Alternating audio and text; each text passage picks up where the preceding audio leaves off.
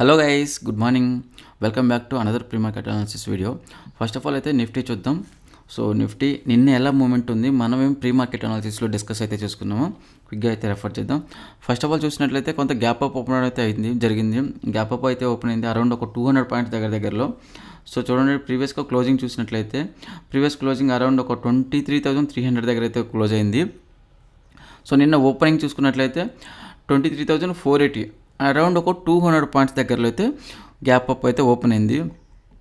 But మెయిన్గా చూసుకున్నట్లయితే ఒకటైతే మాత్రం డిస్కస్ చేసుకున్నాం మనం ప్రీ మార్కెట్ అనాలిసిస్ వీడియోలో.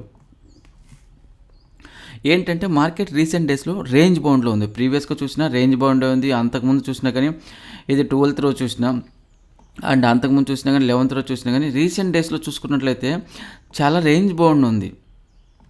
కంప్లీట్గా అయితే ఒక రేంజ్ బౌండ్లోనే ఉంటుంది. సో మీకు తర్వాత మళ్ళీ డైలీ టైం ఫ్రేమ్ కూడా చూపిస్తాను.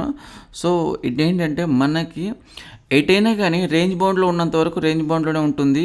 ఐదర్ అప్ సైడ్ కానీ డౌన్ సైడ్ కానీ ఒక మొమెంటం అయితే రావాలి మనకి. సో అంటే బ్రేక్అవుట్ అయితే కావాలి. అది ఇదే పాయింట్ నిన్న కూడా డిస్కస్ చేశాను. మీరు ఈ వీడియో చూడాలంటే ముందు ఆ వీడియో చూసేస్తే, ప్రీవియస్గా వీడియో చూసి కానీ ఈ వీడియోలోకి వస్తే మాత్రమే మీకు అర్థమవుతుంది గైస్, గుర్తుపెట్టుకోండి. లేదా డైరెక్ట్గా ఈ వీడియోలోకి వచ్చేస్తే మీకు అర్థం కాదు.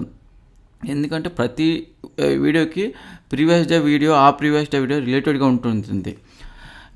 ఉంటుంది కాబట్టి సో మీరు ప్రీవియస్గా వీడియో చూస్తేనే ఈ వీడియో అనేది మీకు అర్థమవుతుంది. అండ్ వచ్చేసి సబ్జెక్ట్లోకి వెళ్ళిపోతే గ్యాప్ అప్ అయితే అయింది. సో ప్రీవియస్ డే హై అయితే ఉంది. ఇది ఆల్రెడీ మనం మార్క్ చేసి పెట్టుకున్న ఇంపార్టెంట్ లెవెల్స్ ఏదైతే ఉందో ఇది ఎస్టర్డే వచ్చేసి సిపిఆర్ అండ్ ఇది original CPR and previous day లో అండ్ ప్రీవియస్ డే హై అయితే మార్క్ చేసుకున్నాం. బట్ మెయిన్ థింగ్ వచ్చేసి సో గ్యాప్ అప్ ఓపెన్ అయినా కానీ ఈ పైన సస్టైన్ అవ్వలేదు. సో మళ్ళీ ఎలా వచ్చింది, కొంత డౌన్ అయితే అయింది. ఇమీడియట్ కొంత కరెక్షన్ వచ్చేసి మార్కెట్లో కంప్లీట్గా ఒకటే కంప్లీట్ రేంజ్ బౌండ్లో అయితే ఉండిపోయింది మార్కెట్. అండ్ బ్యాంక్ నిఫ్టీ చూసినట్లయితే బ్యాంక్ నిఫ్టీ అలా అయితే లేదు, కొంత మూమెంట్ అయితే వచ్చిందని చెప్పుకోవచ్చు. బట్ ఈ మూమెంట్ కూడా కంప్లీట్గా అంత హై అక్యురేట్ అయితే అంటే మీన్స్ ఒక బ్రేక్అవుట్ అయితే అనేది కాదు. సో కొంత గ్యాప్ అప్ ఓపెన్ అయింది. తర్వాత మిడిల్ ఫస్ట్ హాఫ్ ఎక్కడైతే కొంత ఇమ్మీడియట్ చూసినట్లయితే ఓపెనింగ్లోనే కొంత లిటిల్ బిట్ కరెక్షన్ అయితే వచ్చింది. అండ్ నెక్స్ట్ చూసుకున్నట్లయితే first half to second half approximate mid వరకు కూడా ఫస్ట్ హాఫ్ నుంచి ఇక్కడ నుంచి స్టార్ట్ అయిన అరౌండ్ ఈ డైలీ టైం ఫ్రేమ్ నుంచి అరౌండ్ 9:20 9:30 ఈ రేంజ్ నుంచి సెకండ్ హాఫ్ చూసుకుంటే ఆల్మోస్ట్ సెకండ్ హాఫ్ ఎండింగ్ వరకు కూడా సైడ్ వేస్లోనే ఉంది. కొంత ఏంటంటే లిటిల్ బిట్ కొంత డౌన్ అయింది. సో ఓవరాల్ చూసినట్లయితే కంప్లీట్గా సైడ్ వేజ్ ఉందని అయితే చెప్పుకోవచ్చు. సో మెయిన్ మనకేంటంటే ఇంపార్టెంట్గా బ్రేక్అవుట్ కావాలి. ఎయిదర్ అప్ సైడ్ కానీ డౌన్ సైడ్ కానీ ఎయిదర్ సైడ్ ఎటు సైడ్ అయినా కానీ బ్రేక్అవుట్ అయితే మళ్ళీ ఫర్దర్గా మార్కెట్ పెరుగుతుందా లేదంటే తగ్గుతుందా డౌన్ అవుతుందని చెప్పేసి అయితే మనకు ఒక ఇండికేషన్ అయితే వస్తుంది. ఓవరాల్ చూసినట్లయితే ఈరోజు 14th 7/2కి అప్డేట్ అయితే వచ్చింది. 15 పాయింట్స్ మైనస్ ఉంది. రీసెంట్గా చూసినట్లయితే ఎందుకు మీకు వీడియో లేట్గా చేస్తున్నానంటే గిఫ్ట్ నిఫ్టీ 7కి ఓపెన్ అవుతుంది. సో గిఫ్ట్ నిఫ్టీ ఇంతకుముందు మనకి అప్డేట్ మార్నింగ్ 6 o'clock కూడా అప్డేట్ ఉండేది, 5 o'clock కూడా 5:30 కూడా అప్డేట్ అనేది ఉండేది మనకి. సో దాన్ని బేస్ చేసుకునేసి అయితే ఆ టైంని మనకి వీడియో అయితే చేసేవాళ్ళం. బట్ ఇక్కడ చూసుకున్నట్లయితే 7కి వస్తుంది రీసెంట్ డేస్లో అప్డేట్. సో 7కి అప్డేట్ అవుతుంది కాబట్టి సో అందుకే వీడియో 7 o'clock అలా రికార్డ్ అయితే చేస్తున్నాను. సో ఓవరాల్ చూసినట్లయితే 14 పాయింట్స్ అయితే మైనస్ ఉంది. అంటే ఇప్పటివరకు ఏదైతే టైం ఉందో అరౌండ్ 7:03కి అయితే వీడియో రికార్డ్ చేస్తున్నాను.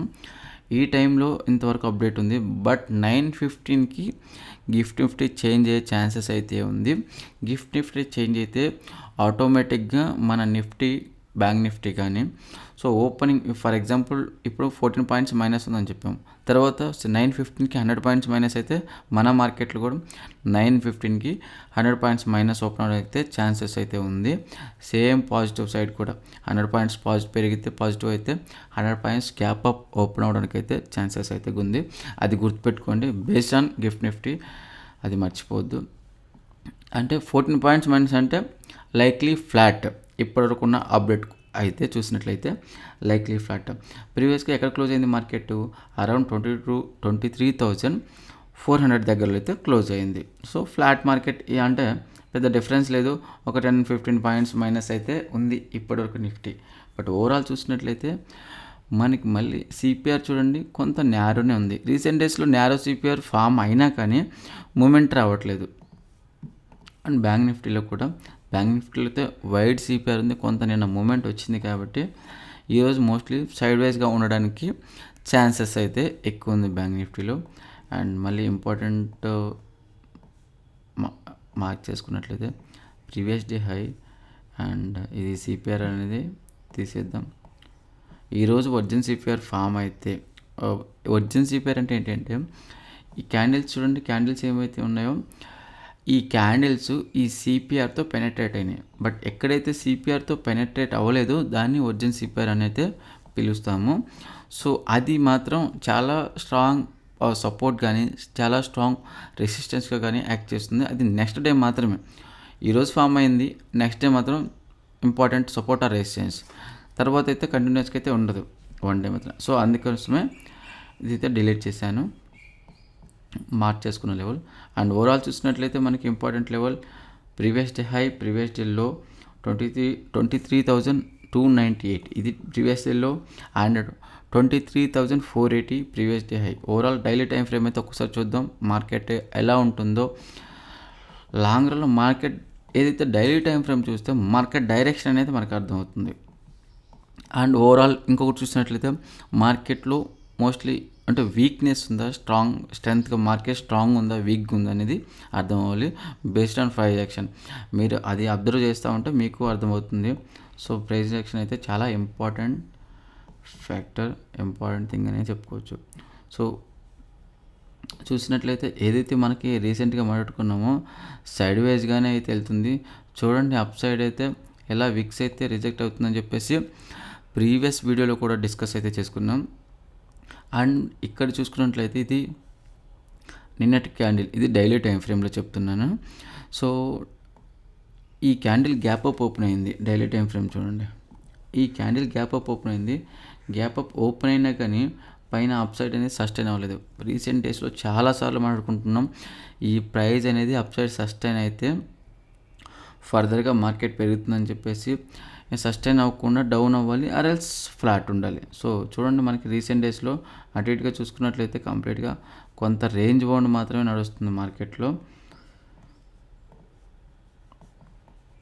సో అండ్ ఏదైతే ఈ 20 మూవింగ్ యావరేజ్ ఉందో డైలీ టైం ఫ్రేమ్లో 20 మూవింగ్ యావరేజ్ కూడా ఇంపార్టెంట్ ఫ్యాక్టర్.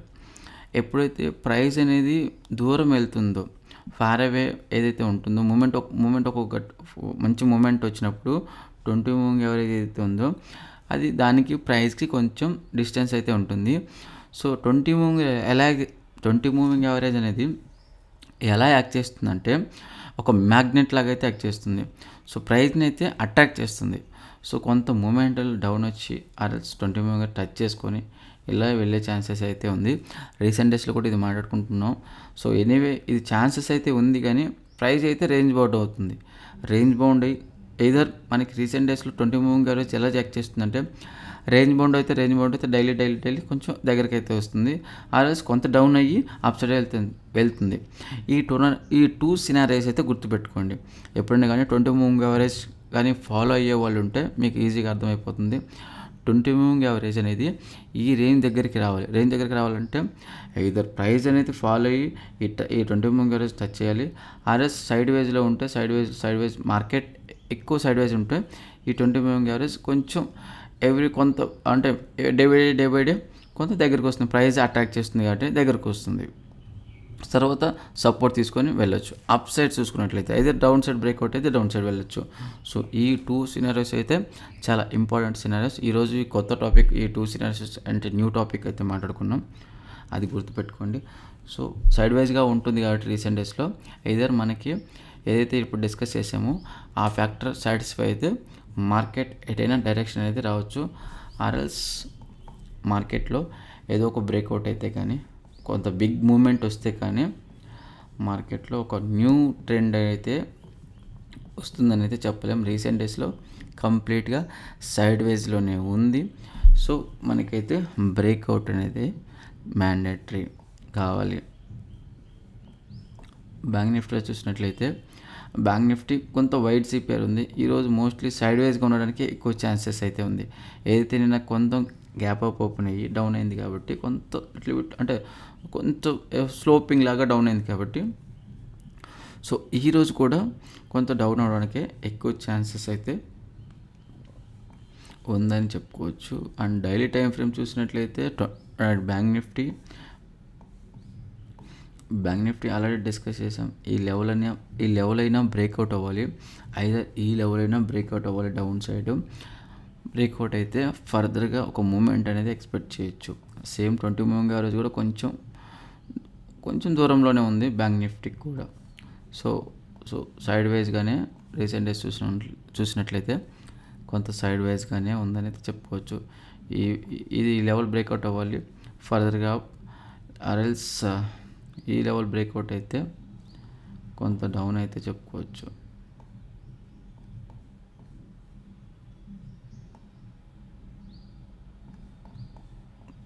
ఈ లెవెల్ అనేది ఇంపార్టెంట్ ఫ్యాక్టర్.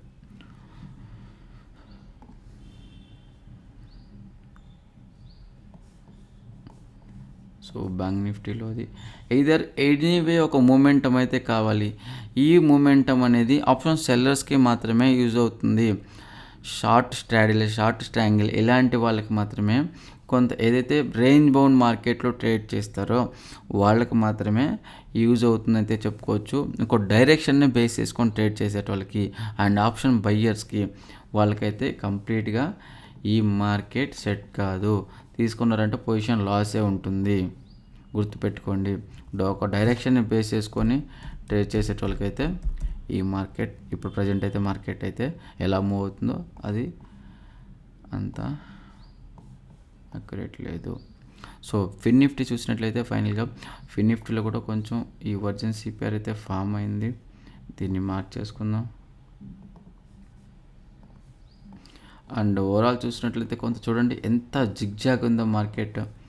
నేను ఇంతకుముందు మీ ప్రీవియస్ వీడియోలో అయితే డిస్కస్ చేసాం. మార్కెట్ కొంత జిగ్జాగ్ ఉంది ఫిన్ నిఫ్టీ ఎస్పెషల్లీ. చూడండి మార్కెట్ ఇక్కడ పెరిగింది, ఇక్కడ క్లోజ్ అయింది, తర్వాత ఇమీడియట్గా ఇక్కడ ఓపెన్ అయింది, తర్వాత ఈ క్లోజ్ అయిన క్యాండిల్ ఇక్కడ ఓపెన్ అయింది, తర్వాత ఇక్కడ క్లోజ్ అయింది ఈ క్యాండిల్, మళ్ళీ ఓపెనింగ్ చూడండి ఎక్కడ ఓపెన్ అవుతుందో. ఎంత స్ప్రెడ్ చూడండి, ఎంత డిఫరెన్స్ వస్తుందో. స్ప్రెడ్ అంటే బయ్యర్స్కి సెల్లర్స్కి ఎలా డిఫరెన్స్ ఉంటుందో, ఎలాంటి ఫైట్ ఉంటుందో. సో ఇది ఏం ఇండికేట్ చేస్తుంది అంటే వాలటైల్ ఎక్కువ ఉంది, నాట్ సజెస్టబుల్ బయింగ్ కానీ సెల్లింగ్ కానీ, కొంచెం రిస్క్ ఎక్కువ ఉంటుందని చెప్పేసి అయితే చెప్పుకోవచ్చు. ఎక్కువ రిస్క్ ఉంటుంది. కంప్లీట్ చూసినట్లయితే చూడండి నిన్న complete range bound. So Nifty bank నిఫ్టీని ఎక్కువ శాతం ఫిన్ నిఫ్టీ చూసినట్లయితే బ్యాంక్ నిఫ్టీ ఎలా ఉంటుందో కంప్లీట్గా అలానే మూవ్ అవుతుంటుంది ఫిన్ నిఫ్టీ కూడా. చూడండి కంప్లీట్ రేంజ్ బౌండ్ అయితే ఉంది. సో మనకి ఎయిదర్ వే మనకి కూడా ఒక బ్రేక్అవుట్ అనేది చాలా ఇంపార్టెంట్ మార్కెట్లో. ఏ లెవెల్స్ అయితే ఉన్నాయో కంప్లీట్గా అప్ మూమెంట్ అయితే ఈ లెవెల్స్ చూడండి ఎలా విక్స్ రిజెక్ట్ అవుతుందో, ప్రైస్ చూడండి అప్ సైడ్ ఎలా రిజెక్ట్ అవుతుందో. మనం చూసుకున్నట్లయితే నిఫ్టీ కూడా ఆల్ టైమ్ హైలో ఉంది. నిఫ్టీ కూడా కొంచెం ఎలా అంటే మూమెంటమే కష్టంగా ఉంది. అప్ సైడ్ అయితే ఆల్ టైమ్ హై అయితే అంటే ఆల్ టైమ్ హై దగ్గరలో ఉంది కదా. సో అది అండ్ వీడియోని అయితే కన్క్లూడ్ చేద్దాం త్వరగా. సో ఇంపార్టెంట్ పాయింట్స్ అయితే డిస్కస్ చేసుకొని అండ్ సేమ్ మొమెంటం అయితే either previous day high breakout అయితే ఒక స్కాల్పింగ్ రీజన్ మాత్రమే. So previous day high breakout అయితే మళ్ళీ up side, and previous day లో బ్రేక్అవుట్ అయితే అండ్ డౌన్ సైడ్ అయితే పొజిషన్ తీసుకోవచ్చు.